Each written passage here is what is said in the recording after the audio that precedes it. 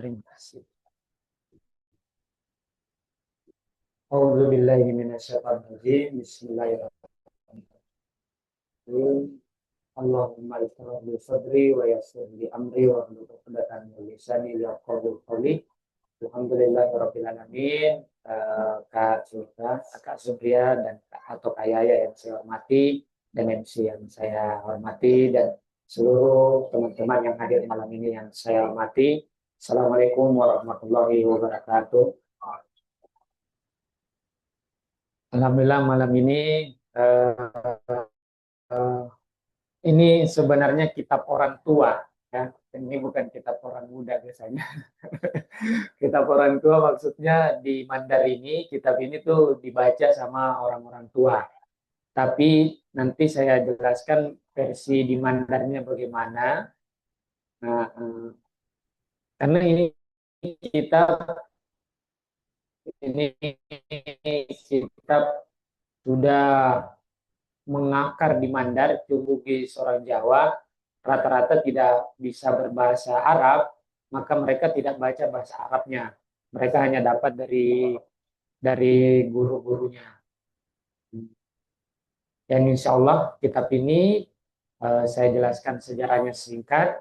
Dulu kitab ini diajarkan di Mekah, di Masjidil Haram. Waktu itu Masjidil Haram belum dikuasai Wahabi.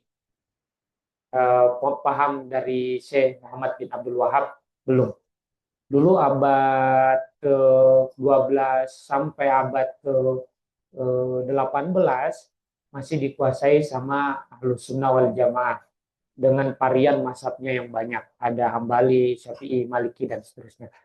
Nah, pada abad ke-16, 15 akhir menuju 16, itu ada seorang mursyid Thariqah Satariyah namanya Syekh Burhanuddin Puri. Syekh Burhanuddin Puri ini mengajar di Mekah, mengajar ulama-ulama di Nusantara dan seluruh dunia. Dia mengajar yang disebut dengan Risalah At-Tuhfatul Mursalah. Nama kitabnya, kalau kita lihat di Mandar, mereka menyebutnya Martabat 7. Tapi asli kitabnya namanya bahasa Arabnya Tuhfatul Tuhfatul Mursalah, ya. Nah, nama kitabnya Tuhfatul Mursalah yang kita baca ini. Tuhfa artinya hadiah. Mursalah artinya yang dikirim. Nama lengkap kitabnya ini At-Tuhfatul Mursalah ila Ruhin Nabil Mustafa. Ila Ruhin Nabi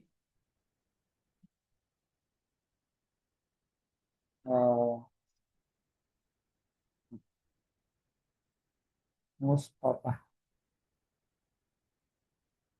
Rosopi atau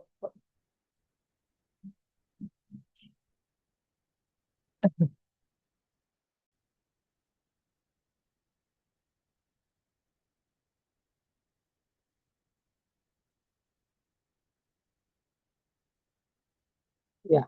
Jadi ini nama kitabnya Tuhfatur Mursalah ila Ruhin Nabil Mustafa. Tapi kalau udah ke Indonesia disebut dengan Martabat 7.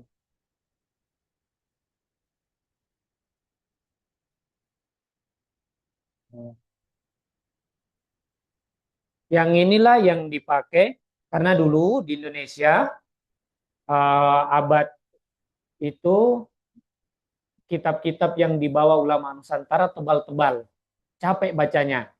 Nama kitab yang sebelum kitab ini saya tulis di pengantar itu ada kitab namanya Al-Insan Kamil. Pengarangnya Abdul Karim Al-Jili. Itu lebih terkenal, lebih mendunia, di mana-mana dibaca.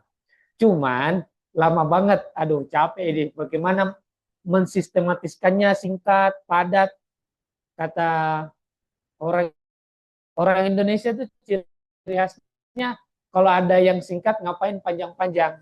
Kalau ada yang inti-inti ngapain yang cari yang susah-susah. Misalnya Makanya dulu orang Indonesia itu waktu Islam datang, dia terima torikohnya. Artinya torikohnya yang diambil, fikinya tidak. Sudah ratusan tahun Islam datang. Wanita Indonesia berjilbab baru tahun 90-an akhir. Itu bukti orang Indonesia itu nggak suka yang penampilan-penampilan. Intinya apa? Begitu juga Hindu masuk, Buddha masuk, yang diambil inti-intinya. Karena kalau laku kehidupan sehari-hari, orang Indonesia sudah tertata. Sudah ada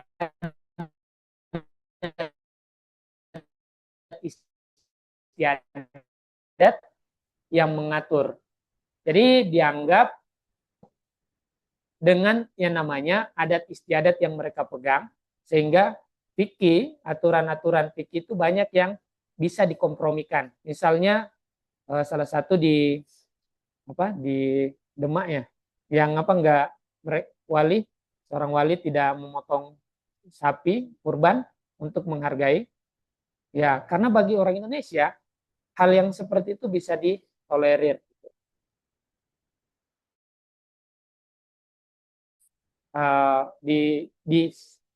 Dinantikan gitu. Yang paling kontroversial kan jilbab gitu. Kita tidak pernah lihat, tidak pernah ada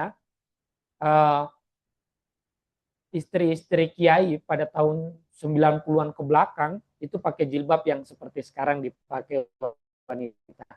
Pasti kayak gaya selendang gitu. Itu. Nah, tapi itu bukan intinya. Tapi intinya dulu orang Indonesia itu sangat suka namanya toriko. Sangat suka yang namanya hal-hal yang bersifat inti. Ini mau ngajarin apa ini? Ini apa intinya nih? Langsung aja deh to the point. Nah, makanya kalau di Indonesia, kalau kita ceramah nggak suka orang ceramah. Pokoknya kalau mau jawab bahasannya kalau tidak inti ya udah lucu-lucu aja. Kalau nggak ya lucu-lucu aja yang menghibur. Makanya kitab ini sebenarnya singkat, cuman banyak tulisan saya, tambahan saya, banyak setelah saya belajar banyak guru di Nusantara, terutama di Mandar dan juga di Bugis, ya saya memasukkan unsur-unsur yang hasil daripada pengetahuan saya. Jadi kalau kitab ini nanti saya akan lihatkan kalau memang orang yang belajar toriko yang dalam, sangat dalam, pasti dia tahu ini apa pembahasannya. Kemarin dibahas di Majene ada istilah di Mandar itu dua taman laisan, lalu taman sarang, gitu nggak? Pernah dengar? Dua tidak berbeda, tiga tidak berpisah. Ya, ya, misara. Saya kan bukan orang Mandar secara ini. Lalu dua taman laisan, lalu taman misara ya.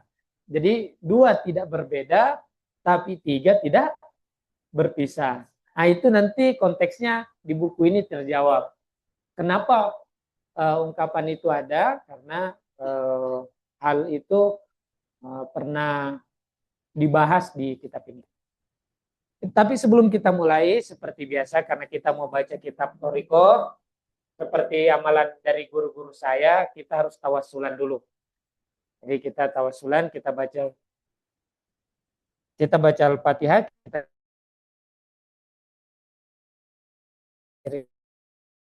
kirimkan kepada orang-orang tertentu. Ila ruhin Nabil Mustafa minas syaitonir rajim. Bismillahirrahmanirrahim. Alhamdulillahi rabbil alamin. Arrahmanir nasta'in. Ihdinas siratal mustaqim. Siratal ladzina an'amta 'alaihim ghairil maghdubi 'alaihim waladdallin. Wa ila arwahi ahlil baiti thayyibin at-tahirin. Al-Fatihah.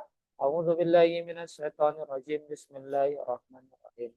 Alhamdulillahi rabbil alamin arrahmanir rahim maliki yaumiddin. Iyyaka na'budu wa iyyaka nasta'in. Ihdinas siratal mustaqim. Siratal ladzina an'amta 'alaihim ghairil maghdubi 'alaihim waladdallin. wa ila sahabatihil kiram, kepada seluruh sahabat Nabi. Al-Fatihah. A'udzu billahi minasyaitonir rajim. Bismillahirrahmanirrahim. Alhamdulillahi rabbil alamin. Arrahmanir rahim. Maliki yaumiddin. Iyyaka na'budu wa iyyaka nasta'in. Ihdinas siratal mustaqim. Siratal ladzina an'amta 'alaihim ghairil maghdubi 'alaihim waladdallin. Wa ila jami'il anbiya'i wal mursalin. Al-Fatihah. A'udzu billahi minasyaitonir rajim. Bismillahirrahmanirrahim. Alhamdulillahi rabbil alamin. Arrahmanir rahim. Maliki yaumiddin. Iyyaka na'budu wa iyyaka nasta'in. Ihdinas siratal mustaqim. Siratal ladzina an'amta 'alaihim ghairil maghdubi 'alaihim waladdallin. Wa ila jami'il malaikatil muqarrabin. Al-Fatihah. A'udzu billahi minasyaitonir rajim. Bismillahirrahmanirrahim. Alhamdulillahi rabbil alamin. Arrahmanir rahim. Maliki yaumiddin. Iyyaka na'budu wa iyyaka nasta'in. Ihdinas siratal mustaqim. Siratal ladzina an'amta 'alaihim ghairil maghdubi 'alaihim waladdallin. Wa ila jami'il awliya'illahi fil masyariqi wal magharibi. Al-Fatihah. A'udzu billahi minasyaitonir rajim. Bismillahirrahmanirrahim. Alhamdulillahi rabbil alamin. Arrahmanir rahim. Maliki yaumiddin. Iyyaka na'budu wa iyyaka nasta'in. Ihdinas siratal mustaqim. Siratal ladzina an'amta 'alaihim ghairil maghdubi 'alaihim waladdallin. Terutama kepada Syekh Burhanuddin Puri, pengarang kitab Martabat 7. Al-Fatihah. A'udzu billahi minasyaitonir rajim. Bismillahirrahmanirrahim. Alhamdulillahi rabbil alamin. Arrahmanir rahim. Maliki yaumiddin. Iyyaka na'budu wa iyyaka nasta'in. Ihdinas siratal mustaqim. Siratal ladzina an'amta 'alaihim ghairil maghdubi 'alaihim waladdallin. Dan juga kepada seluruh wali-wali Allah yang ada di Nusantara. Al-Fatihah. A'udzu billahi minasyaitonir rajim. Bismillahirrahmanirrahim. Alhamdulillahi rabbil alamin. Arrahmanir rahim. Maliki yaumiddin. Iyyaka na'budu wa iyyaka nasta'in. Ihdinas siratal mustaqim. Siratal ladzina an'amta 'alaihim ghairil maghdubi 'alaihim waladdallin. Kepada seluruh guru-guru saya. Al-Fatihah. A'udzu billahi minasyaitonir rajim. Bismillahirrahmanirrahim. Alhamdulillahi rabbil alamin. Ar-Rahmanir Rahim. Maliki yaumiddin. Iyyaka na'budu wa iyyaka nasta'in. Ihdinas siratal mustaqim. Siratal ladzina an'amta 'alaihim ghairil maghdubi 'alaihim waladdallin. Kepada seluruh leluhur kita yang telah mendahului kita, kakek kita ataupun juga nenek kita, dan seluruh leluhur kita. Al-Fatihah. A'udzu billahi minasyaitonir rajim. Bismillahirrahmanirrahim.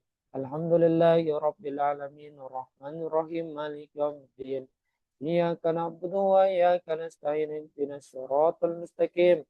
Siratal ladzina an'amta 'alaihim ghairil maghdubi 'alaihim waladdallin. Dan juga kepada seluruh guru-guru kita, dari mulai kita kecil, dari SD, dan juga sampai kita saat ini. Al-Fatihah. A'udzu billahi minasyaitonir rajim. Bismillahirrahmanirrahim. Alhamdulillahi rabbil alamin. Arrahmanir rahim. Maliki yaumiddin. Iyyaka na'budu wa iyyaka nasta'in. Ihdinas siratal mustaqim. Siratal ladzina an'amta 'alaihim ghairil maghdubi 'alaihim waladdallin. Kepada seluruh wali Allah yang ada di Sulawesi, terutama di Mandar. Lahumul Fatihah. A'udzu billahi minasyaitonir rajim. Bismillahirrahmanirrahim. Alhamdulillahi rabbil alamin. Arrahmanir rahim. Maliki yaumiddin. Iyyaka na'budu wa iyyaka nasta'in. Ihdinas siratal mustaqim. Siratal ladzina an'amta 'alaihim ghairil maghdubi 'alaihim waladdallin. Terutama kita kirimkan Al-Fatihah, kita tawassul kepada Kiai Haji Muhammad Tahir Imam Lapeo, karena rumahnya pada hari ini kita tempati. Semoga Allah memberkati seluruh keberadaan kita hari ini dan niat kita hari ini dengan tawassul kepada Imam Lapeo. Al-Fatihah. A'udzubillahi minasyaitonir rajim.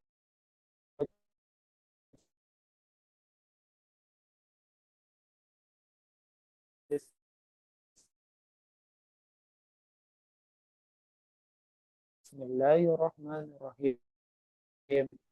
Alhamdulillah.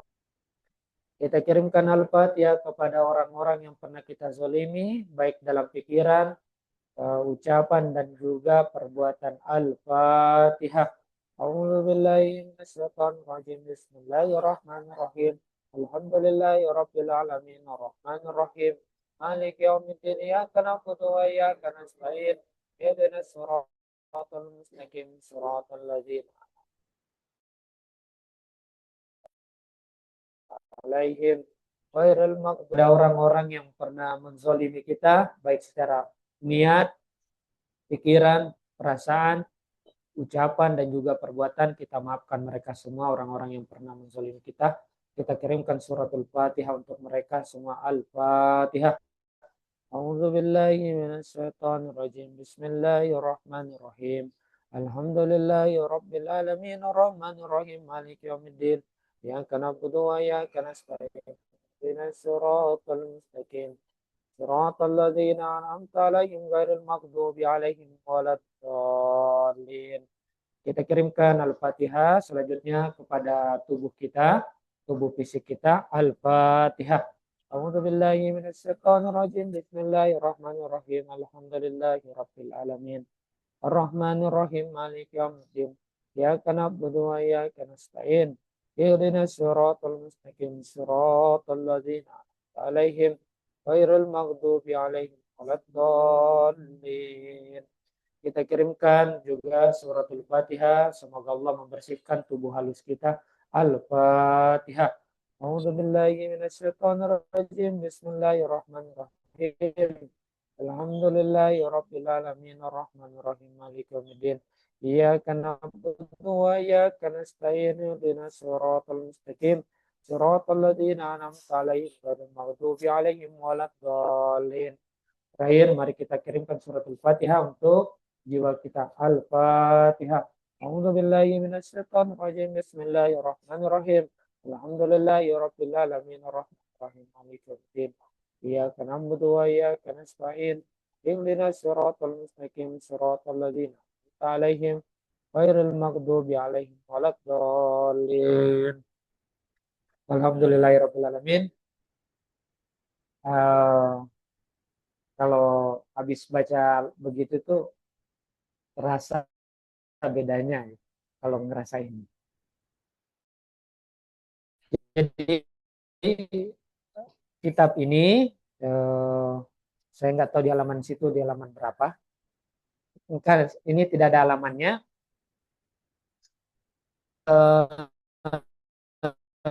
Saya ingin memulainya dari konteks seperti ini, bahwa hidup ini kadang-kadang kita capek ya, capek banget saya kayak mau bunuh diri, ada nggak? Aduh, bunuh diri aja deh, kayaknya masalah selesai gitu. Atau galau, kayaknya ke kafe enak. Kalau di Jakarta itu ada tren. Kalau lu anak Jaksel, lu harus ngecobain ganja. Itu banyak. Kalau nggak ngecobain ganja, lu bukan anak Jaksel gitu. Jadi di dunia ini kadang-kadang kita tuh udah capek banget gitu.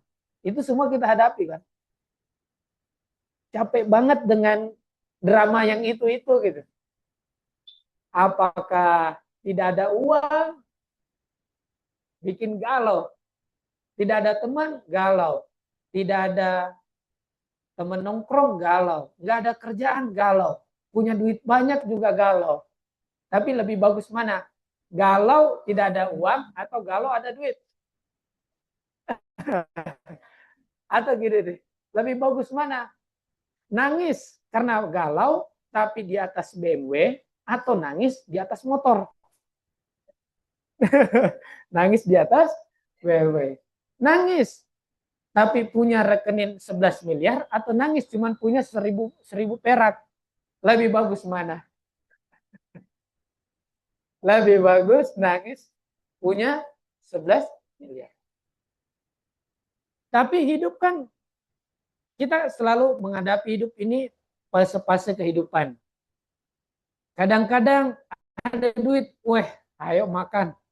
Aduh, nggak ada duit. Aduh, kira-kira besok gimana ini?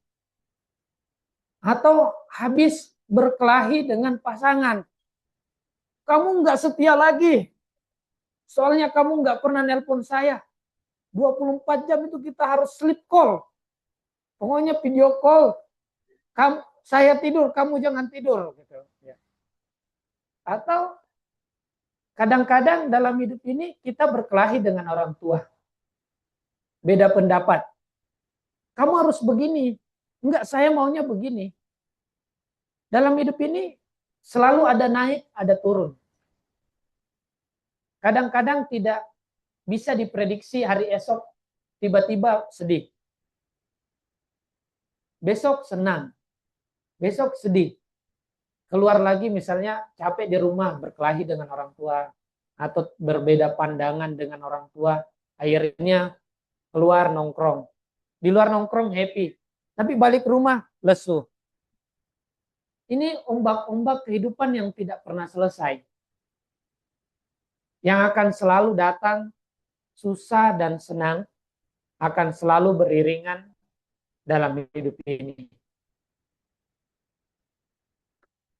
Ini akan selalu, yang paling menakutkan itu adalah rasa sendiri.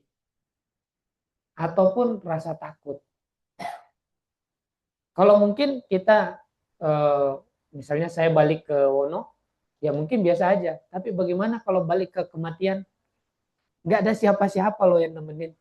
Kalau saya kemarin dari Majene, lewat Palipis saya dikasih tahu teman di situ pernah ada pembunuhan, hati malam Jumat. Kalau bagi saya malam Jumat tuh bagus, nggak takut saya kalau malam Jumat. Karena malam Jumat malam berkah, malam diijabahnya, malam dijawabnya doa malam Jumat. Makanya kalau tradisi kita di NU, malam Jumat itu kita pakai baca-baca apa yasinan, kalau ada mau apapun di malam Jumat, karena itu malam yang bagus. Saya bilang, saya nggak takut. Kenapa? Karena saya lewatin, kalau ada mobil saya ikut di sampingnya.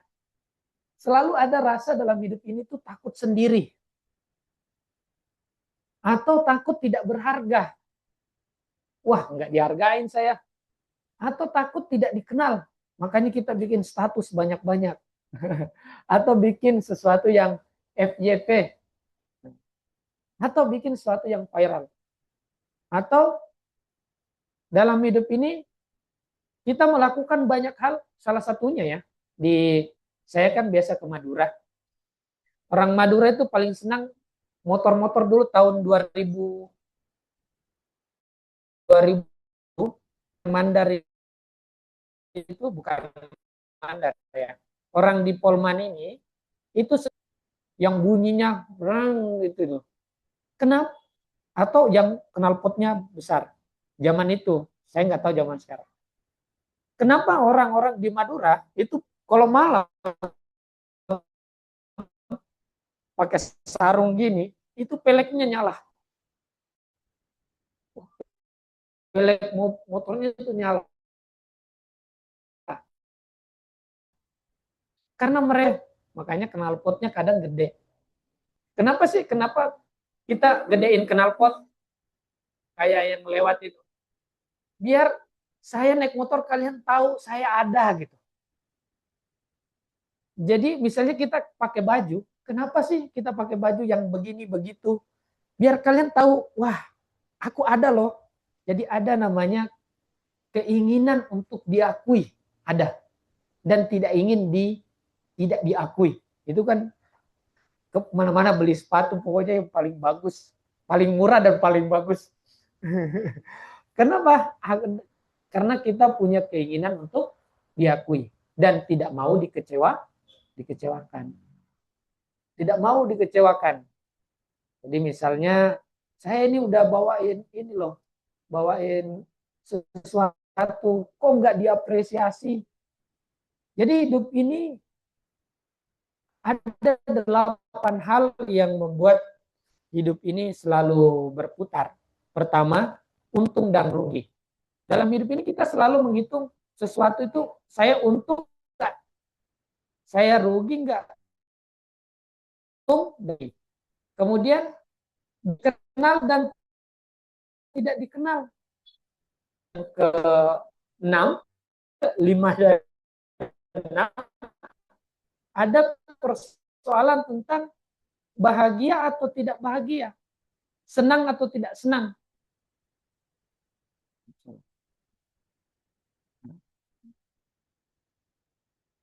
Nah, sisa 7 dan 8 lupa. Saya lupa apa. Ada hal yang, jadi 8 hal itu yang membuat kita bergerak dalam hidup ini. Cuman saya lupa duanya. Dan saya ingat dulu.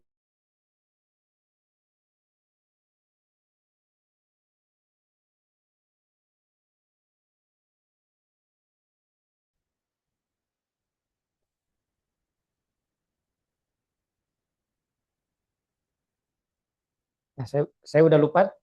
Jadi ada 8 hal yang membuat dalam hidup ini kita selalu merasa untuk harus mendapatkannya. Pertama tadi harus ada untung dan rugi. Tindakan kita datang ke sini, untung nggak nih? Wah, saya dapat ilmu baru, bergerak. Wah, saya dikenal nggak nih? Atau tidak nih? Paling nggak diakuin nggak? Atau yang tadi, saya kalau ngelakuin ini seneng nggak atau nggak seneng? Nah, terakhir saya lupa lagi, ada 2 lagi. Jadi ada 8 hal yang di dunia ini membuat kita membuat kita bergerak. Nah, 8 hal ini yang mengaduk hidup ini. Sana, sini, naik gunung, kalau nggak selfie nggak jadi gitu. Atau 3.500 mdpl. Nah, kalau nggak di gimana gitu, nggak ada yang like, udah baik nggak ada yang lihat story-nya.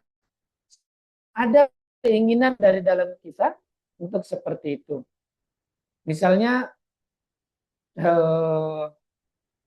kalau kita misalnya harus punya mobil agar diakui, agar dianggap. Semua hal itu yang mengaduk hidup kita. Sampai bahkan kita juga punya apa-apa dalam hidup ini, punya harta, selalu karena kita ingin diakui. Kemudian setelah kita berjuang untuk mendapatkan punya harta yang banyak, punya kenalan relasi yang banyak, punya punya teman yang banyak, punya anak yang ganteng dan cantik. Ada siapa yang ini?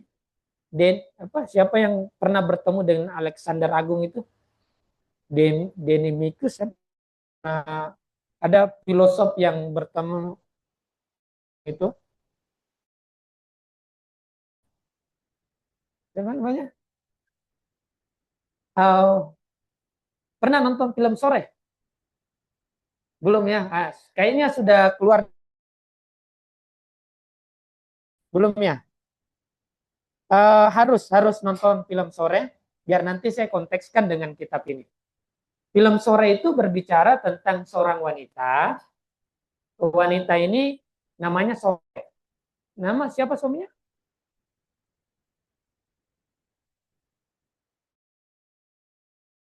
Ini harus segera buka XX1 di Mono.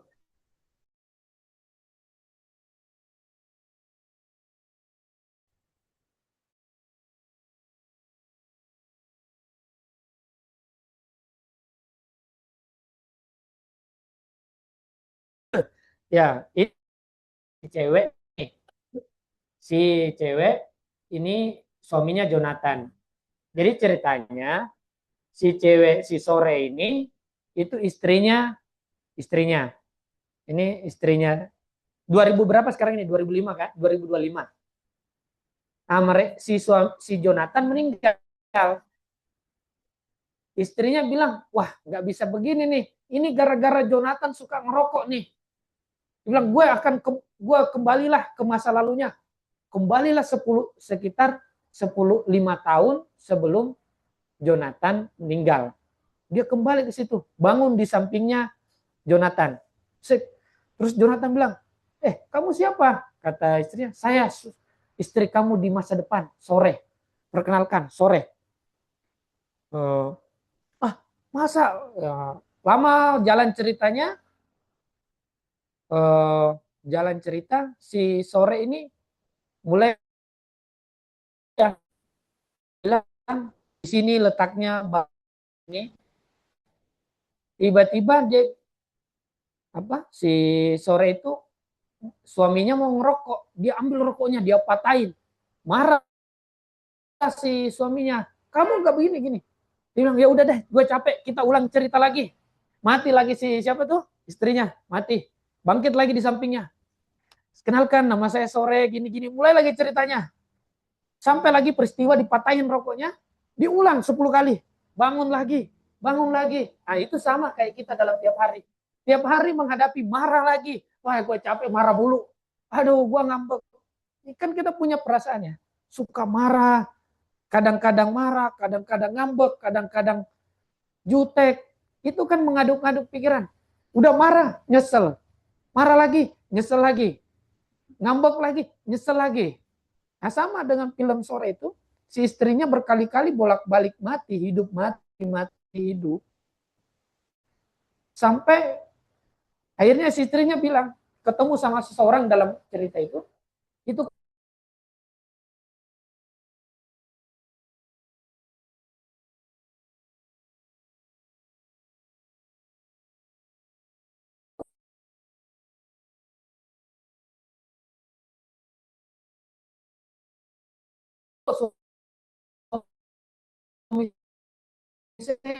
kayak gitu. Sampai akhir, kamu sadarkan nanti pada hari kesekian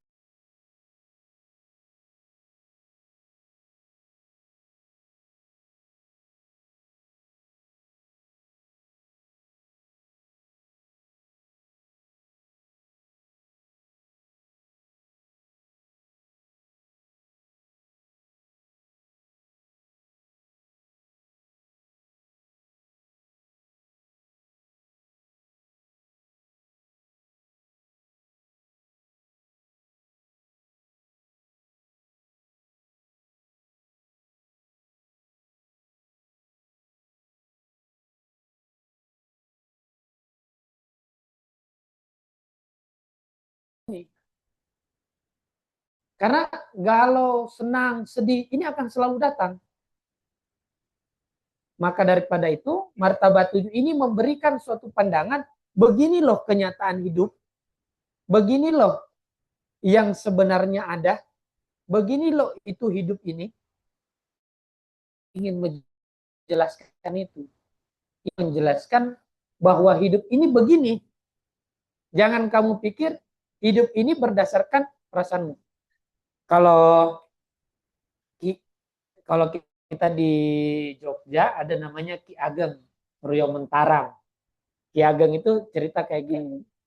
Ini lampu berguna tidak? Bagus tidak? Hah? Sekarang nih berguna. Tapi kalau kita mau tidur, ini harus dimatikan. Jadi berguna atau tidak bergunanya itu letaknya di mana? Kepentingan ini. Jadi tasawuf tariko itu ingin mengajarkan bahwa sesuatu itu bukan karena kamu suka atau tidak suka, dia berguna atau tidak. Jadi ingin mengajarkan kita bahwa sesuatu itu ada yang menilainya. Dan yang menilai itulah yang engkau harus selidiki. Engkau harus pahami. Kan misalnya tadi nih, berisik kan ini yang lewat nih, mondar-mandir berisik. Kenapa? Karena kita terganggu. Tapi orang yang jual di depan, semakin ramai, semakin bagus. Kalau perlu macet, singgah beli. Bakso depan. Kalau perlu macet, sepanjang sampai Wono juga boleh. Nanti yang jual es degan, es kelapa muda, muncul semua tuh. Tiba-tiba Kalau macet tiap hari, tiba-tiba seluruh jalanan jual jalan kote, jual es buah, jual apa. Jadi hidup ini bukan lagi semua bergantung kepada menguntungkan saya atau tidak. Seperti kita kuliah, ya pasti ujungnya cuma satu. Ini menguntungkan gue atau enggak nih? Kalau enggak usah deh. Ngapain kuliah kalau enggak menguntungkan? Kalau kalian kuliah tidak ada yang kita cita-citakan di balik itu buat apa? Nah, sama juga dengan bahwa martabat 7 ini ngasih tahu bahwa hidup ini bukan tentang kamu suka atau tidak suka. Bukan tolok ukur hidup ini karena kamu suka. Saya misalnya siapa ya? Kayak ini lucu banget. Dulu waktu tetangga saya, semoga Allah memanjangkan umurnya, memperbanyak rezekinya, karena kita gosipin, Pak. Tetangga saya ini waktu pemilihan Pak Prabowo, wah, Gemoy, yes. Gemoy itu selalu pasang Gemoy. Tiba-tiba Pak Prabowo, sekarang kan lagi banyak banget kasus Indonesia ini, banyak banget. Ya, benar kata Anies, penilaian apa? 11 berapa tuh? 100 dari 11 ya. Ternyata itu masih kurang. Jadi persepsi kita dalam hidup ini selalu berubah-ubah. Selalu bergantung kepada situasi. Kita tidak punya patokan dalam hidup. Tidak bisa melihat hidup lebih baik. Nah, martabat 7 ini ingin mengajarkan kita melihat dari sudut pandang yang tinggi. Jadi martabat 7 ini ingin mengajarkan kita melihat hidup dari sudut pandang sutradara. Ini drama nih, ketemu ini, nongkrong ini, nggak ini, bertetangga itu. Tiba-tiba tetangga punya Pajero. Waduh, kalau dia Pajero berarti saya harus Alphard. Kalau dia Alphard berarti saya harus Ferrari. Kalau dia Ferrari berarti saya harus Bugatti. Nah, kalau dia Bugatti berarti saya harus private jet. Kalau dia private jet, saya punya maskapai. Jadi selalu hidup kita dibangun berdasarkan, kalau orang Jawa nyebutnya nanding saliro. Nanding itu membandingkan, saliro itu diri. Jadi selalu hidup kita ini dibangun berdasarkan orang lain gimana, saya gimana. Jadi maka daripada itu, itulah pengantar di martabat 7 ini mengajarkan kita bagaimana melihat hidup. Nah, baiklah, kita mulai. Baru pengantar ya. Kita baca teksnya. Qolal musannifu. Ada dilihat teksnya qolal musannifu. Nah, saya udah terjemahkan, bisa dibaca terjemahnya, bisa juga Arabnya. Qolal musannifu rahimallahu taala faslun minar risalah. Jadi ini sebenarnya singkat sekali, makanya disebut risalah.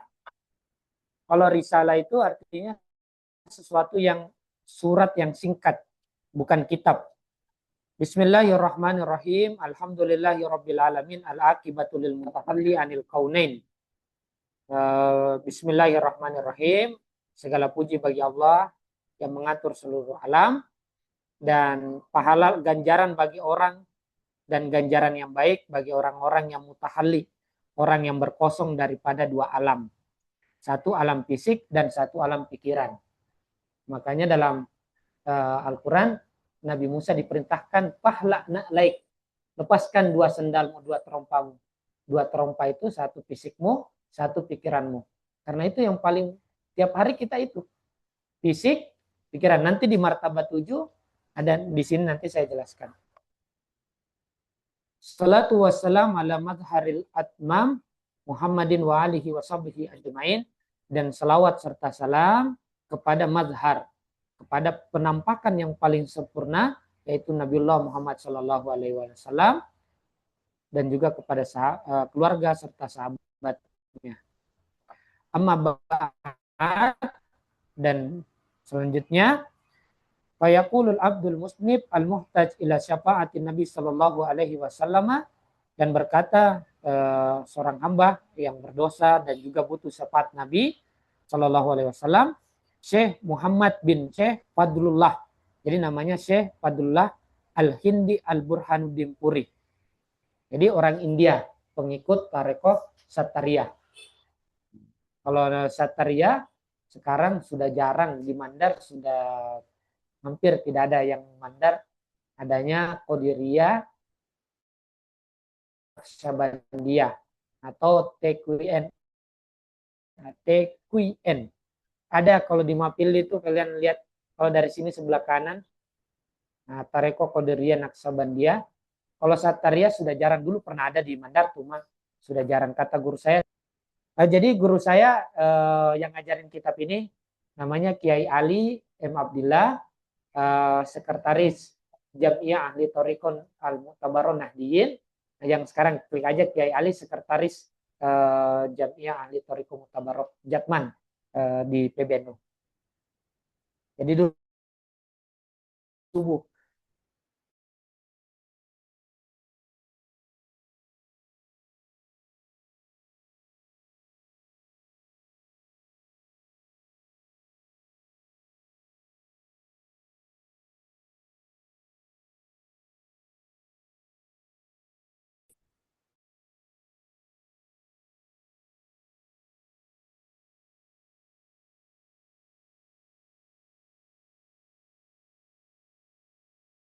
Murni karunia Allah Subhanahu wa taala wa karomihi, dan juga kemuliaannya, kemurahan hatinya. Waja'al tu sawabaha, saya menghadiahkan, menjadikan pahala daripada kitab ini liruhin Nabi, untuk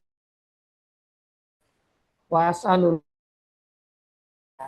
dan saya memohon pahalanya untuk disampaikan kepada Nabi Shallallahu Alaihi Wasallam. Jadi ini makanya disebut artinya hadiah. Jadi kitab Tuhfatul Mursalah atau Martabat 7 ditulis oleh Burhanuddin Puri untuk dijadikan sebagai hadiah kepada Nabi. Kita langsung ke baris selanjutnya.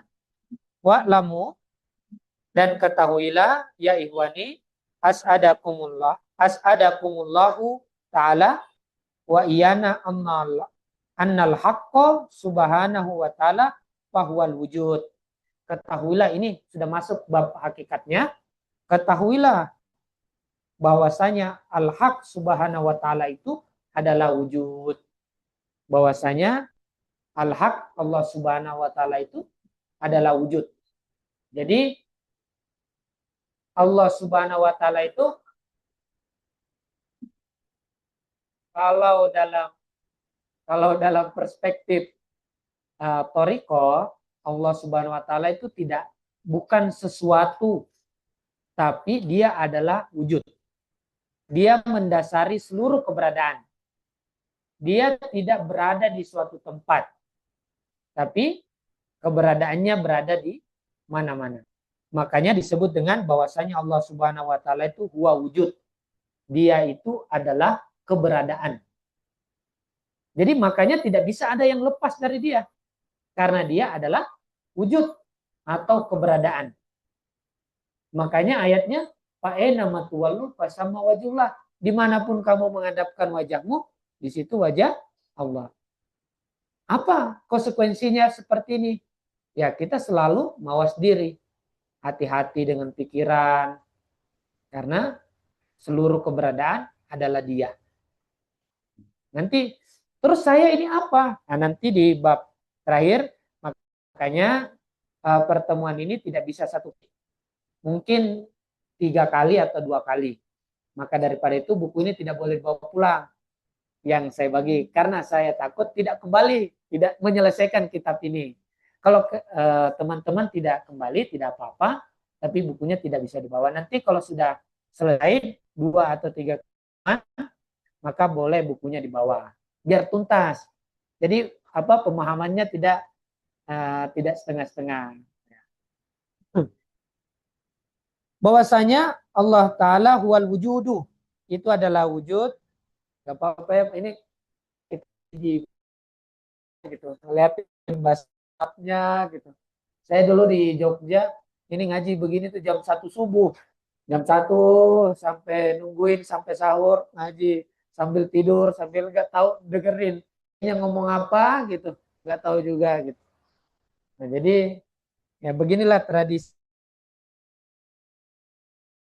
kal wujudu karena kal wujuda, bahwasanya keberadaan itu laisa lahu syaklun wala haddun wala hasrun, bahwasanya sang keberadaan itu atau Allah Subhanahu wa taala itu tidak memiliki syaklun, tidak memiliki wala haddun, tidak memiliki batasan, wala hasrun, tidak memiliki pembatas.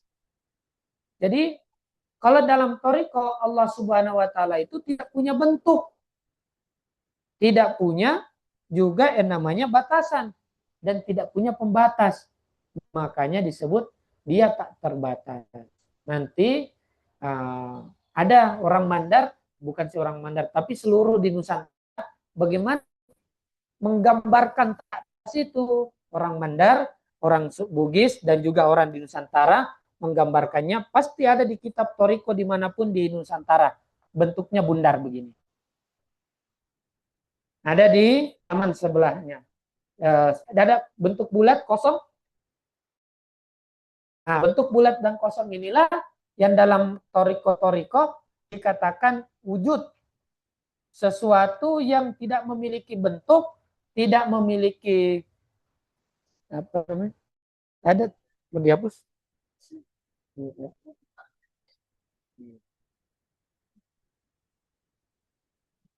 Biar nanti kalau teman-teman sekalian ketemu Toriko di kampung tidak kagok. Maksudnya, oh paham, oh ini yang dia maksud.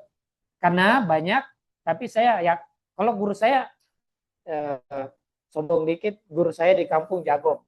Maksudnya, walaupun dia supir mobil sering lewat sini nih, lewat sini, tapi dia paham dengan baik struktur yang di Martabat 7.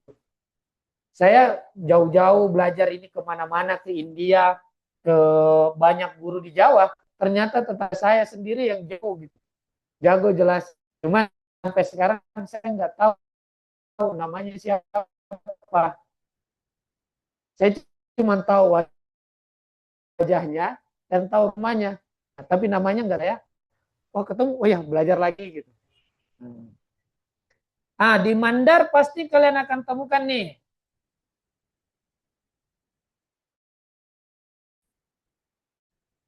Nah, ini disebut dengan Nurullah, Nur Muhammad. Saya langsung kasih aja ini. Nur Muhammad dengan Nur Adam. Pasti begini. Nggak mungkin cek seluruh toriko-toriko yang ada di Mandar. Begini bentuknya pasti. Nah, itu penjelasannya ada di sini. Di penjelasan yang ini, itu Fatul Mursi. Nah, ya, ini Nurullah atau disebut dengan Zat. Nur Muhammad disebut dengan Wahdah. Nur Adam disebut dengan Wahidiyah.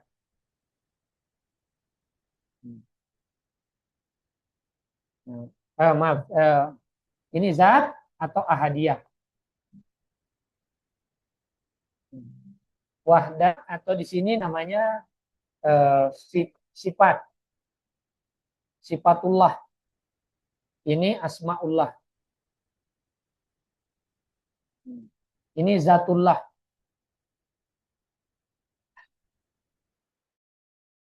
Di Mandar pasti begini. Saya udah dilihatkan sama guru-guru saya, kitab-kitabnya di Mandar banyak sekali.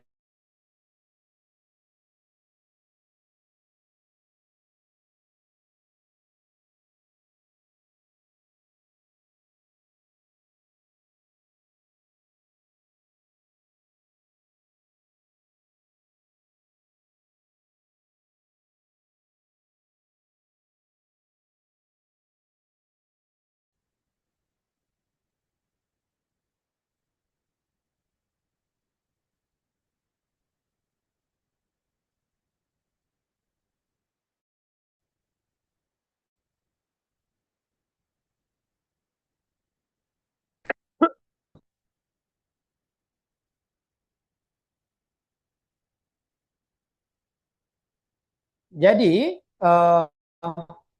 yang dimaksud dengan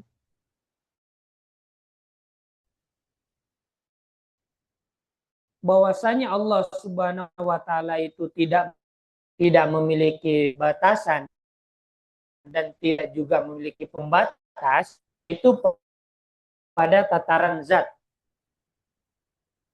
Saya tahu kemarin Buya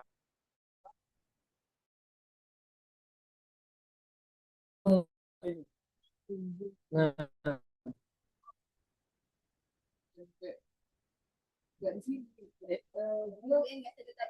oh ya.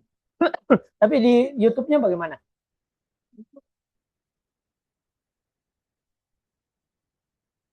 Oh,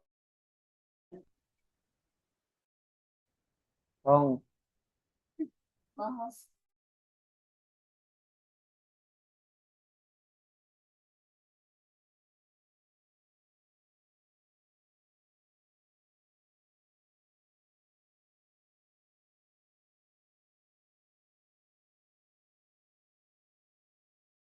Usman sama Ali.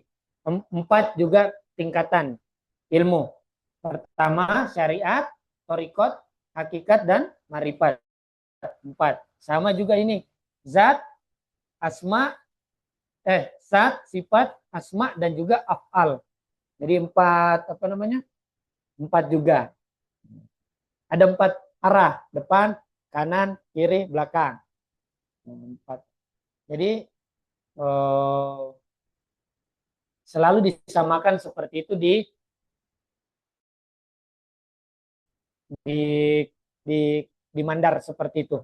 Jadi kenapa ada empat? Ya karena zatullah. Kenapa ada empat khalifah? Karena ada yang empat juga syariat, torikot, hakikat, marifat. Makanya yang khalifah terakhir Sayyidina Ali itu tatarannya sudah marifat. Masyarakat sudah siap untuk bermarifat. Makanya kebanyakan toriko-toriko kita di Nusantara seluruh dunia kalau bermakrifat ke Sayyidina Ali. Saya punya banyak teks soalnya. Saya senang baca buku. Saya punya ini teks tahun 1862 ditulis. Namanya dari Ronggo Warsito. Dulu pujangga dari Surakarta. Menulis kitab Serat Wirid Hidayat Jati. Jadi diceritakan dulu kalau ceritanya Ronggo Warsito di sini tahun 1800 itu Ronggo Warsito dulu belajar ke yang sekarang yang diperebutkan. Pokoknya sanatnya kalau orang mau terkenal sanatnya harus ke situ Kiai Hasan Besari yang di Tegal Sari. Kiai Hasan Besari belajar dulu Ronggo Warsito ke situ, terus Ronggo Warsito keliling belajar. Jadi Ronggo Warsito cerita kalau dulu orang mau belajar martabat 7 di buku ini dia cerita orang wudhu dulu, mandi wudhu, mandi, terus pakai parfum, terus pakai pakaian pengantin, bawa keris, pengantin Jawa maksudnya, terus pakai apa tuh gelang apa bukan emas tapi yang itu loh orang Jawa kayak gimana gitu, nggak pakai baju terus yang banyak emas-emas warna emasnya peraknya gitu, bukan perak tapi warna emas lah, pakai pakaian adat terus naruh kembang 7 arah ini terus masuk ke lambung baru dibisikin di telinga kiri ya, bisikinnya begini, wisikan ananing zat sajaatine ora ono opo-opo. Jadi martabah ini bahasa Jawanya adalah martabah ora ono opo-opo, tidak ada apa-apa. Kalau di guru saya di Mandar itu di kampung itu dia bilang kalau saya dalam kamar saya sendiri, tidak ada siapa-siapa selain saya. Ini dengan martabat zat. Nah, martabat 7 ini pengaruhnya besar sekali. Kalau kita lihat di kerajaan Buton, itu sistem pemerintahannya didasarkan pada kerajaan 7. Coba aja klik di internet pasti muncul itu. Kerajaan Buton martabat 7. Ah, zatullah inilah yang disebut namanya wujud. Kita baca lagi, lanjut. Namanya pesantren ya, capek. Ya, pesantren kilat. 3 kali pertemuan. Pesantren kilat 3 kali pertemuan. Laisa lahu syaklun wala hattun wala hasrun, tidak punya bentuk, tidak punya batasan dan tidak juga punya pembatas. Wa ma'ah, tapi bersamaan. Ya. Tapi bersamaan, wa ma'ahada, bersamaan dengan ini, zoharo wa tajalla bisyakli wal haddi.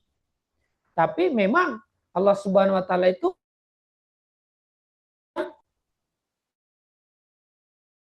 apa-apa. Apa? Orang opo-opo. Sulit banget bahasa Jawa. Ada istilah orang Jawanya sih, tan keno kinoyo ngopo. Tidak bisa dikinayakan, tidak bisa diumpamakan. Ngopo tidak bisa ditanya opo itu. Jadi martaba ini tidak apa. Saya lagi cari-cari istilah mandarnya kira-kira apa gitu.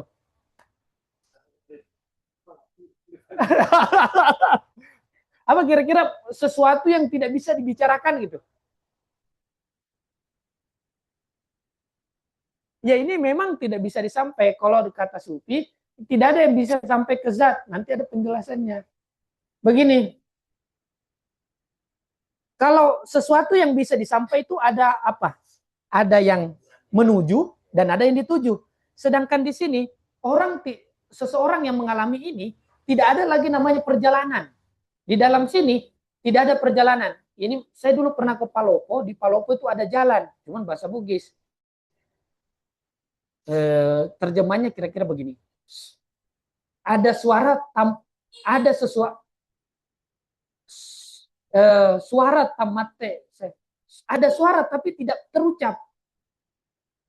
Nah ini di sini. Ada sesuatu tapi tidak bisa diucapkan. Nah itulah yang disebut dengan tataran zat. Atau di sini disebut dengan wujud. Tapi bersamaan dengan itu, zoharo wa tajalla, dia nampak dan juga bermanifestasi dengan bentuk dan juga batasan. Dia memang kosong. Mau lihat langsung ini. Nah, gini. Nah. Ini ada kan? Apa ini? Isu.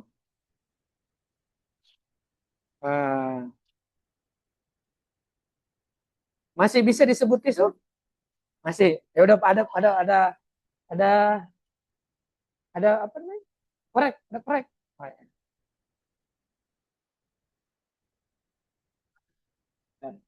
Udah ya. Ini aja.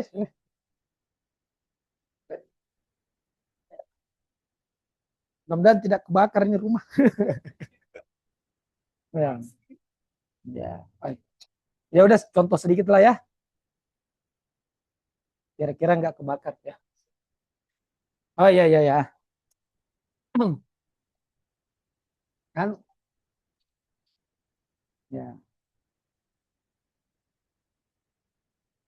Biar ini apa? Biar nyata contohnya. Sekarang di mana tisunya? Setelah dia tidak ada. Ya, itulah yang dimaksud kosong. Kosong itu atau tidak ada apa-apa artinya tidak ada sesuatu dalam hidup ini yang konstan. Seperti tadi kita sebut tisu, tiba-tiba dibakar, kok hilang? Kok bisa hilang? Karena tidak. Jadi yang tetap apa? Itu yang kosong itu. Jadi ada kekurangan balik selalu yang berubah ini. Seperti gini, kita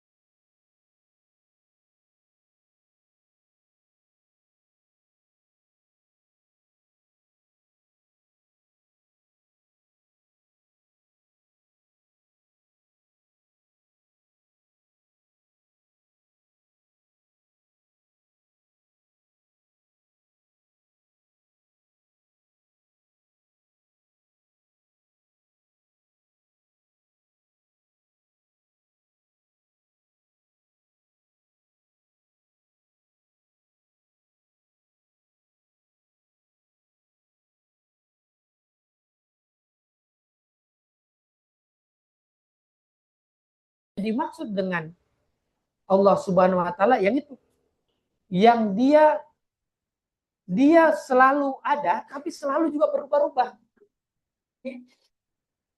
Ada yang menarik biar dihapur. Kira-kira siapa yang angkat ini? Siapa yang angkat ini? Semua bilang kan saya. Bukan, yang angkat ini kakek saya. Kalau nggak ada kakek saya nggak bisa ngangkat. Saya nggak bisa ngangkat. Kan saya nggak lahir kalau nggak ada kakek saya. Sekarang siapa yang geser ini? Apa yang geser ini?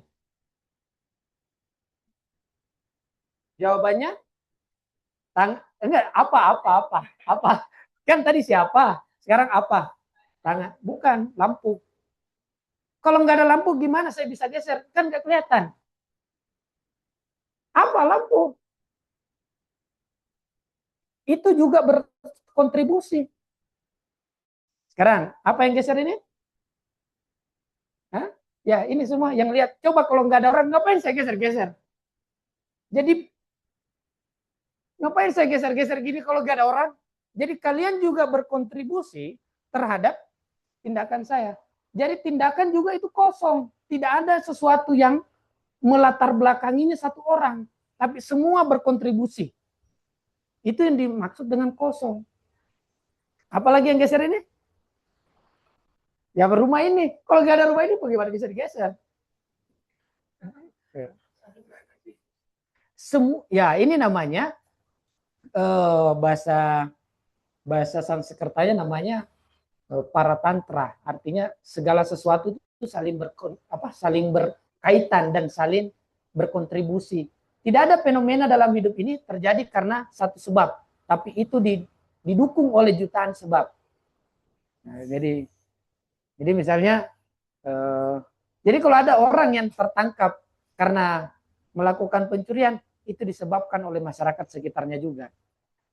Jadi bukan cuma satu dia salah, tapi karena waktu yang menyebabkan itu banyak hal.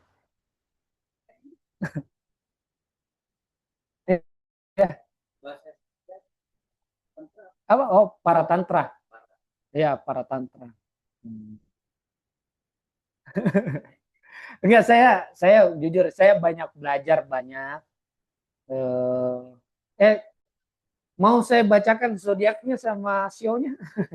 saya saya tuh banyak belajar. Jadi kalau kemana saya zodiaknya Aries. Kemudian sionya sio tikus. Tikus dan tikus itu harimau itu jenisnya jenis api. Nah, coba cek deh nanti sio sio itu berdasarkan tahun kelahiran. Saya nanti dicek, nanti saya bacakan. Saya lahir sionya sio tikus, zodiaknya zodiak Aries, kambing. Kambing itu api. Jadi saya api plus api. Zodiaknya elemen api, zodiaknya juga elemennya api. Api plus api. Makanya saya suka belajar, dengerin banyak pendapat, nggak mau, saya nggak bisa didikte. Walaupun siapapun yang bilang saya nggak bisa didikte, tapi bisa saya setuju. Yang penting sesuai pengalaman saya. Makanya banyak yang kadang-kadang sulit mengerti saya karena dia tidak mengerti zodiak dan juga elemen hidup saya. Nah, kalau kalian cek, nanti saya bacakan. Nah, nanti habis kajian kalian bisa cek, nanti saya bacakan gimana bagusnya. Ya. Jadi biar pekerjaannya yang cocok sesuai dengan apa ciri-ciri api itu begini. Ayo nongkrong. Oh, ayo. Nah, itu ciri-ciri api begitu tuh. Api itu apa gampangan orangnya. Pada hal-hal yang membara gitu. Kalau demo itu orang api paling depan. Nah, itu nanti bisa di riset. Orang yang suka demo paling depan itu rata-rata orang api. Elemen api. Kalau yang paling nggak suka demo tuh elemennya elemen tanah.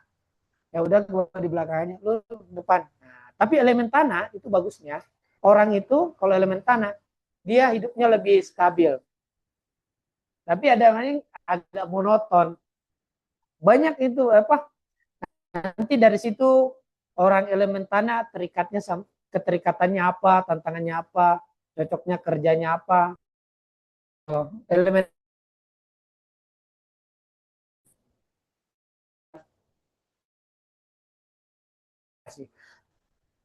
Oke,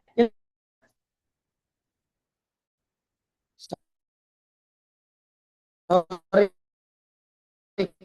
kemana-mana. Walam yataghayyar, bahwa zat ini atau nurullah ini itu tidak berubah. Lam yataghayyar, amma dari apa-apa yang mana dia itu tidak ada bentuk walaupun dan juga tidak ada batasan. Walaupun sudah punya bentuk, yang zat ini sudah punya bentuk, tapi dia tetap seperti itu. Makanya dikatakan bal huwa al-ana kama kana. Ini paling sering dikutip. Dia sekarang sebagaimana dulu, yaitu dia tetap kosong. Artinya tanpa batasan. Wa anna dzalikal wujuda wahidun, bahwasanya keberadaan itu satu. Wa albasu muhtalifatun, tapi pakaiannya beda-beda, menampilnya beda-beda. Allah Subhanahu wa taala itu satu, tapi dia tampil dengan berbagai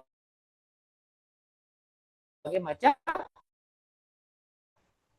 cerita, sifat dan sifatnya. Misalnya Allah Subhanahu wa taala tampil di Nabi Musa dengan keras, tampil dengan Nabi Khidir dengan tersembunyi, tampil di Nabi Adam dengan begini, tampil di Nabi Muhammad begini. Jadi kesemuanya itu yang dimaksud. Allah Subhanahu wa taala itu satu, tapi penampilannya beraneka ragam. Wa anna dzalikal wujuda, bahwasanya keberadaan itu hakikatu jami'il maujudati, bahwasanya wujud itu adalah hakikat dari seluruh keberadaan-keberadaan yang nampak ini. Batinuha, dan Allah Subhanahu wa taala itu adalah batinnya juga. Bagaimana ngerasain baca kitab? Kalau saya menetap di Mandar, banyak kitab yang mau saya baca. Ada Insan Kamil, ada tafsirnya Syekh Abdul Qadir Jilani, banyak kitab-kitab Imam Ghazali bagus, dan juga kitab-kitab toriko-toriko yang bagus di Nusantara ini. Ya, kalau saya tinggal di mana,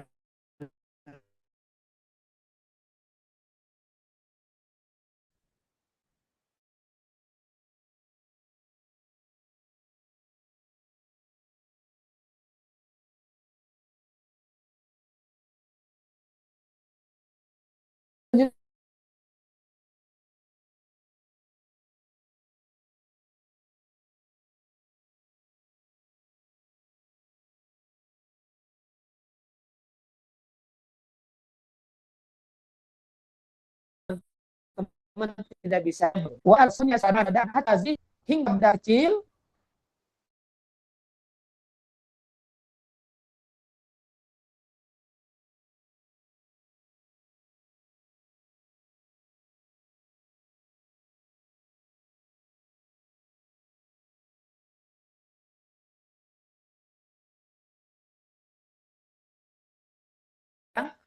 di dicapai. Walaisa bimakna mawjudin fil kharij. Kemudian pala yutlaqul mawjud wujudu bihadzal makna. Maka keberadaan misalnya botol dan rumah dan juga benda-benda bukanlah dinamakan wujud, tapi dinamakan mawjud. Alal haq,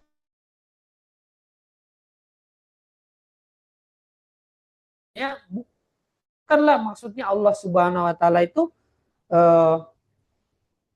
ada pada botol, enggak, tapi nanti pada pertemuan berikutnya saya jelaskan. Kalau semuanya satu, tapi kenapa bisa banyak yang nampil? Kalau semuanya dari sini terus ini kok banyak? Itu teorinya banyak. Pernah dengar cerita di Toriko begini. Ya Muhammad, ayo sebut apa cerita-cerita. Wahai Muhammad, ayo sembunyi. Coba kamu sembunyi, nanti saya cari kamu. Pernah dengar begitu? Muhammad, coba kamu sembunyi. Oke, sembunyi saya. Gimana? Tiba-tiba, oke sekarang Allah kamu yang sembunyi. Oke, sembunyi. Wah, di mana kau Allah gitu kan? Di mana engkau ya Allah? Ini di Toriko, di Mandar, di mana di seluruh Indonesia ada begitu. Di mana engkau? Wah, aku nggak bisa dapat, udah aku nyerah gitu. Nah, ternyata Nabi Muhammad sudah ada apa? Allah ada di dalam dirinya. Nah, ini ketika itu Allah ngomong ke Nabi Muhammad, "Ah, ini kamu yang sembunyi." Ya, pas itu, wah dapat kamu kelihatan. Lihat ini, penampakan yang kita lihat ini ada Allah Subhanahu Wa Taala di baliknya. Itu cerita, walaupun cerita itu sebenarnya tidak ada. Saya cari-cari cerita itu di hadis-hadis tidak, cuman mau menjabarkan ini, mau cerita bahwa ketika zat Allah Subhanahu Wa Taala,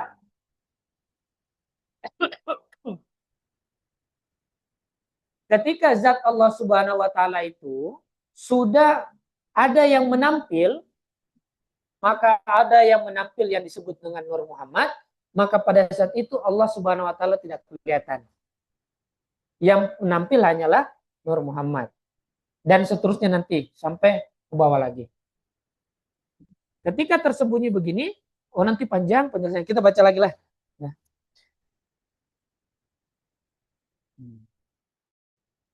Kita langsung ke Fal Martabatul Ula. Ada tulisan bulat, ada gambar bulat di atasnya. Di atas gambar bulat, di atas gambar bulat. Terlalu lewat, terlalu jauh, terlalu jauh. Belum selesai, sabar. Ya, di atasnya itu yang kosong ya. Ya, ya. Bulatan yang kosong itu ada di atasnya tulisan. Nah, mulai masuk ke pembahasan martabat 7. Nah, martabatul ula disebut martabatul la ta'ayun atau atau tingkatan di mana tidak ada apa-apa, tidak ada yang menentu, yang ada hanyalah kekosongan.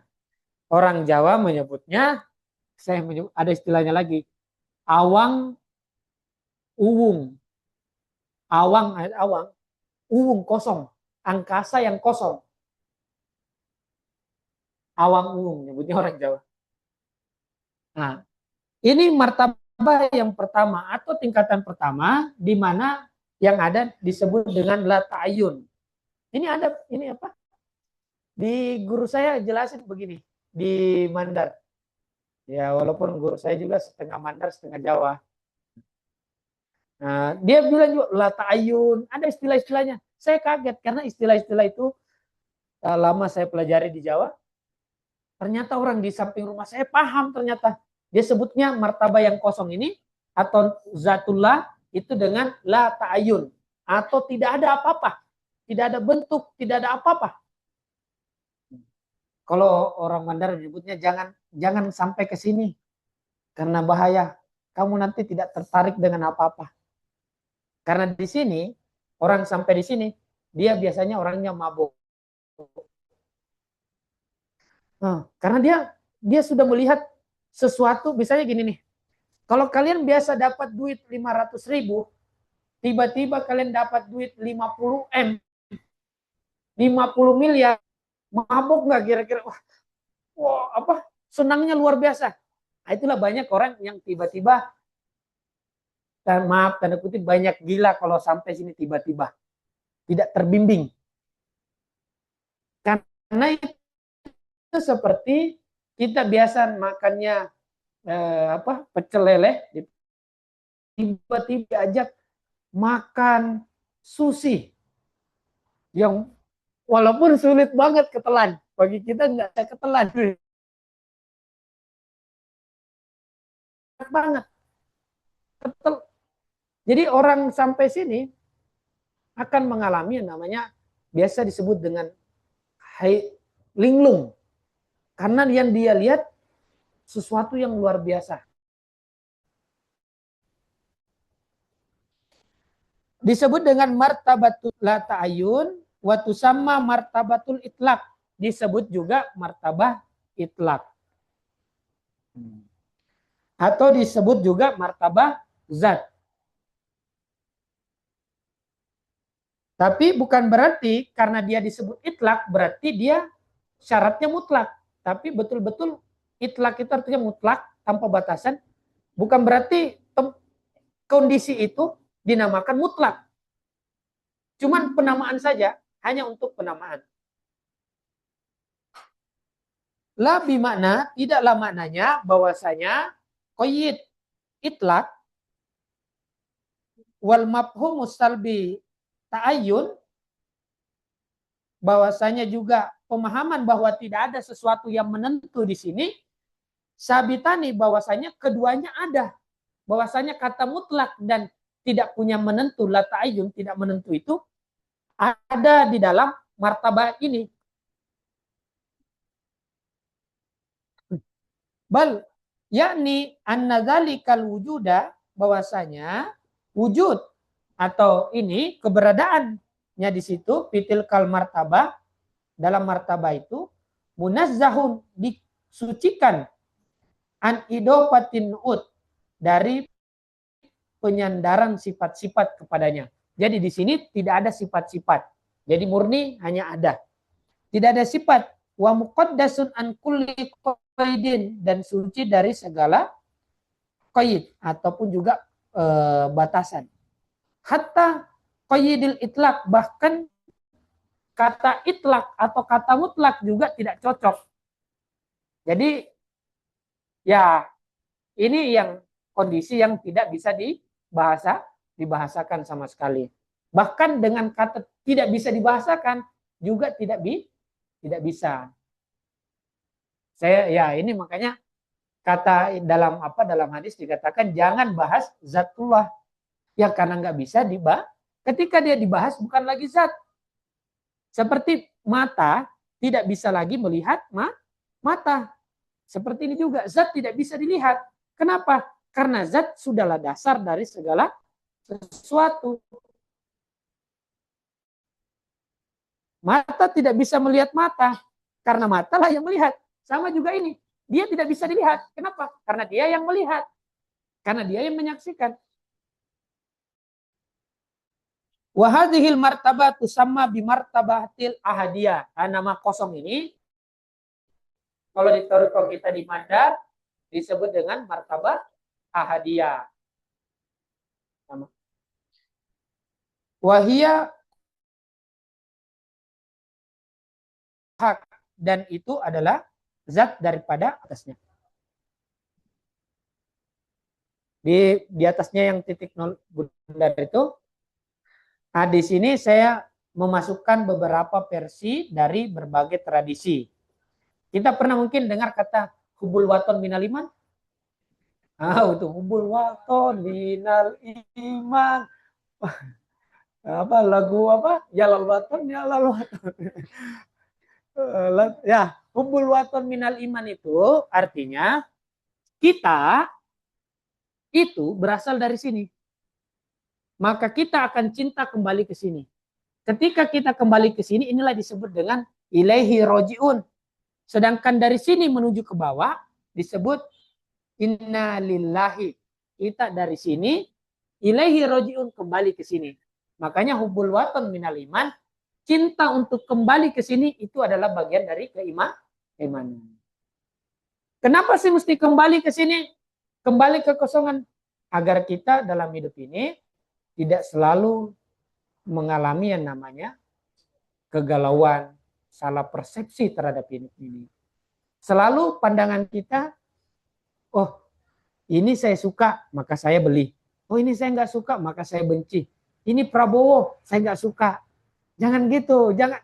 Kalau mengkritik Prabowo, kritik, tapi jangan benci. Kritik boleh, bahaya kalau benci, nanti jadi suka. Karena satu-satunya tindakan setelah benci cuma cinta. Dan satu-satunya tindakan setelah cinta cuma benci. Jadi nggak boleh jatuh cinta, boleh, tapi mengerti konsekuensinya. Hanya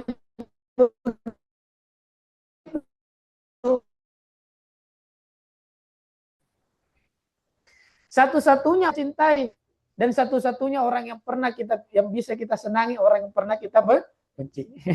Jadi mencintai Pak Prabowo jangan berlebihan, apa membencinya juga begitu. Kan Allah sudah memperingati asa antakrahu syai'an wa huwa khairul laka. Bisa jadi sesuatu yang kamu benci itu baik dan bisa yang benci itu begitu. Ya apa makanya selalu kalau di NU kita diajarkan wasatiyah, bagaimana tengah-tengah. Nah, ya, apa, makan jangan kenyang, plus pas aja pas kalau ada makanan lapar gitu. Jadi selalu diajarkan titik tengah. Ya, mencintai Allah itu artinya kita bagaimana kembali ke sini. Kembali kalau orang di kampung apa di Tareko di Mandar, kalau sudah sampai ke kosongan ini disebut tosalama. Kalau sudah sampai ke sini itu gelar bagi orang tosalama. Hmm. Kalau istilah-istilah Arabnya sudah mengalami pana. Pana itu artinya dia melihat segala satu. Bahaya kalau dia tidak dipegang. Ya, itu kalau kalau masih lihat begini kan banyak di Mandar sini cerita, wih babi, anjing, belum sampai, belum. Nanti penjelasannya tiba-tiba dilihat, babi, anjing, itu biasa. Itu belum di tahap permulaan.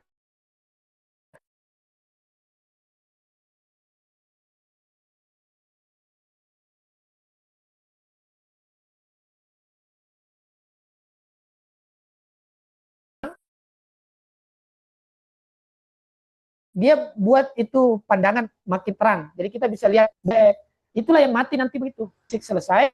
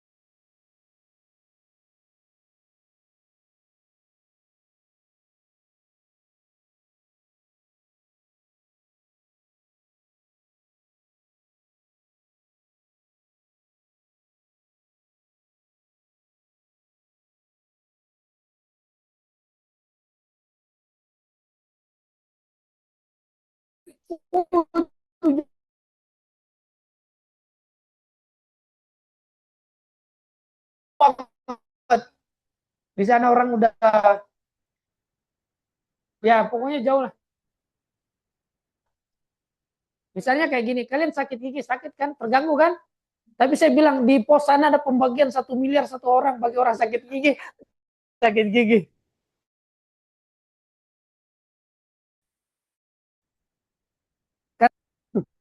Jadi martabak yang pertama ini disebut dalam berbagai tradisi, ada yang menyebutnya suwung, ada menyebutnya sunyata, ada yang menyebutnya punam, ada yang menyebutnya brahman, ada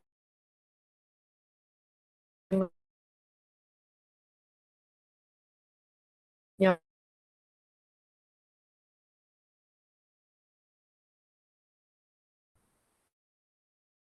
jadi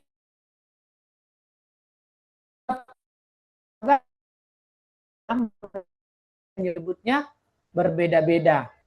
Kalau orang Jawa di ayun awal atau sesuatu yang menentu pertama. Ta'ayun awal hiya martabatu an ilmihi ta'ala.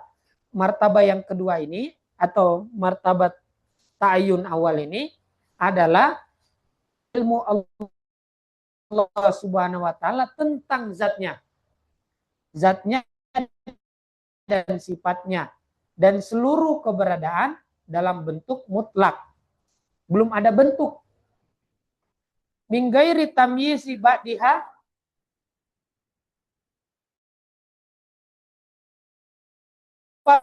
membedakan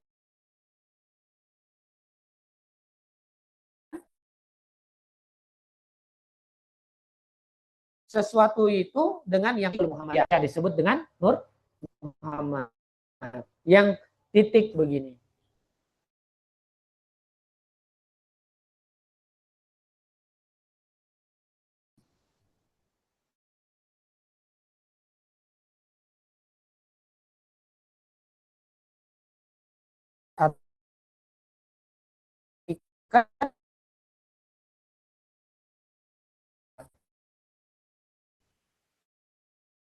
Ini pengertiannya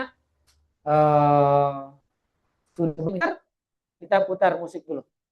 Nah, biar oh ya di mic ya. Kita dengarkan musik biar ya sambil makan kita dengarkan musik yang menarik ya.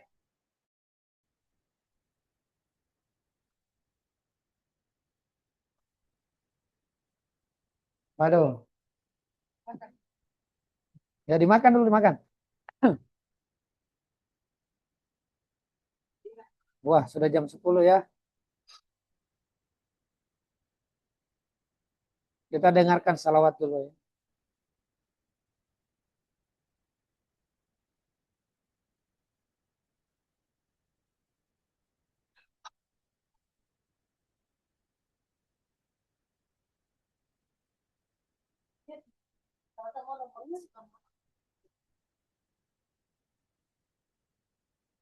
Ya.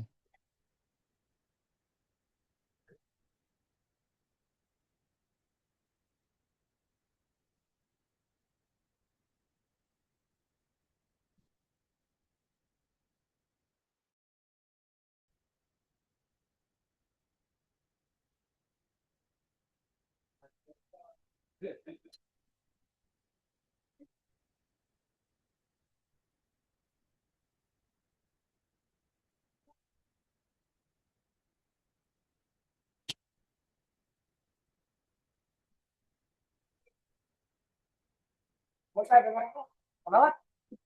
Salawat itu. Ah, ini nukta ta'yin ini. Nukta itu titik. Ta'yin artinya sudah menutup. Tadi tidak menutup. Jadi salat mubin itu cerita ini.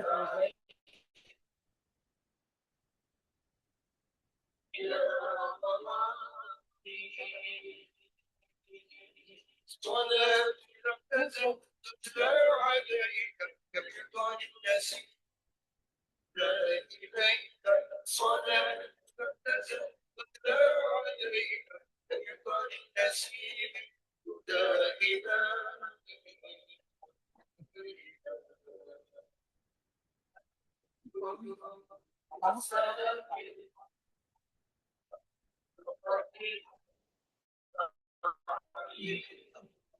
terdapat ini musibah lala lala ini yang terdapat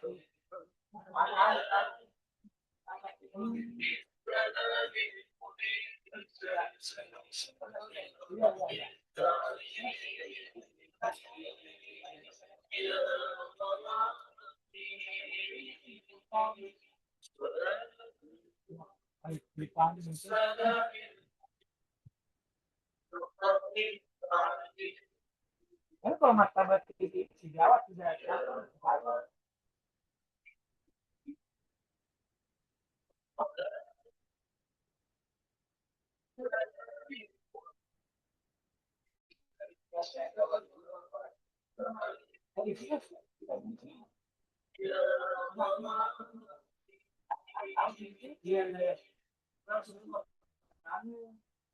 Nah, ternyata mereka-mereka yang terlibat itu rasa komentar udah begitu begitu kemarin ada semua nih kayak avatar gitu lah semua itu angin. Oh, Ternyata ada memang dulu Basukari namanya orang Melitakan udah meninggal, nggak ada yang terlalu paham begini sekarang tuh nggak terlalu nggak tahu nih. Nah, kalau pas Basukari itu ya detail dia itu yang lebih bilang teman-teman jadi avatar kalau dia membaca. saya lebih suka Islam apa ya, Islam tradisional sih. Pokoknya kalau yang Dan begitu memang kesarannya. Jadi setiap habis meninggal atau apa kan. Nah, kalau orang Jawa yang acara pakai tahu. Oh iya, iya. Nah, kita baca dulu di bahasa Jawa baru dipersilakan sama imam masjid sekitar. Oh. Iya kan, ada. Tapi ya, setelah Basukari beda bilang kita baca tidak terlalu anu beda makom mungkin karena tuh bukan tidak ada selanjutnya. Nah, ya, nah, selanjutnya. Saya lagi mengumpulkan ke teks-teks Toriko dan saya suka sekali artinya Islam di Indonesia itu unik, campur Hindu Buddha sebenarnya.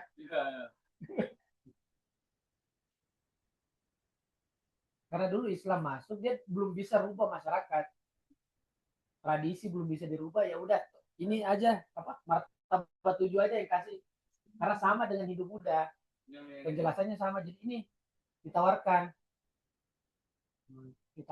itu diterima, jadi tetap lakunya Hindu Buddha, cuman pemahamannya ini makanya orang-orang tua kita tidak betul tidak ya syariat dulu ya. Karena apa, orang udah terbiasa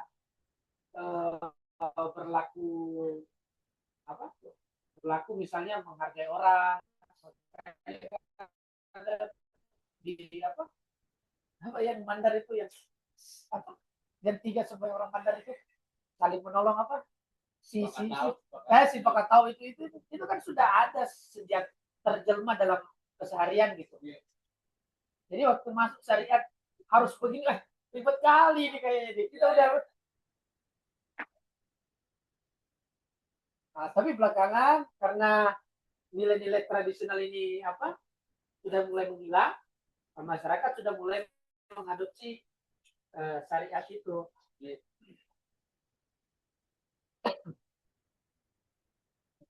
Gitu. Kita lanjut biar tidak malam sekali.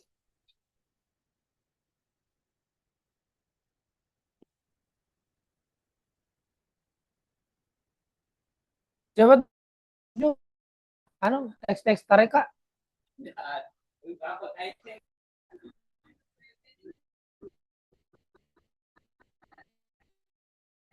Oh. Oh.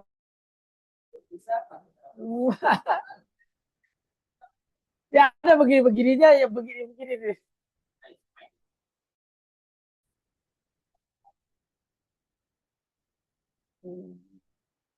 Biasanya anak PMII yang banyak itu. Ya, ya.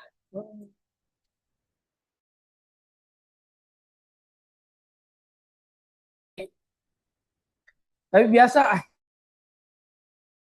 ya, apa di saya bilang ini sebenarnya keluarga aja yang bisa baca. Iya juga. Karena dulu kenapa? Karena mereka capek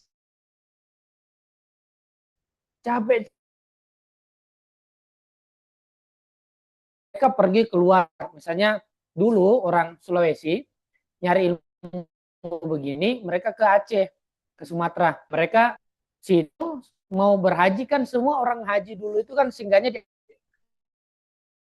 sama tarikat. Setelah bagus syariat tarikatnya, diajari. Kan dulu orang Islam itu kan abangan semua. Pokoknya asyhadu alla ilaha illallah wa asyhadu anna rasulullah. Masuk.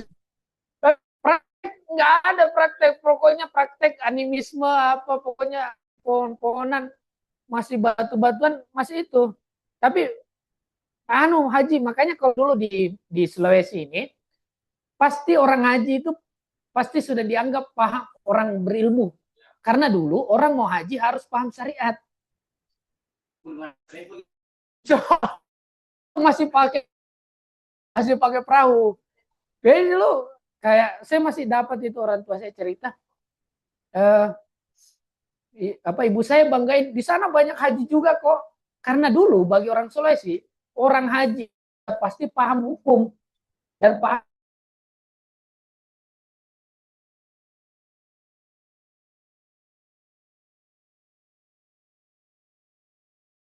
baru berangkat haji ke Mekah biar katanya haji mabrur. Sebelum dia ambil alih sama Kemenak.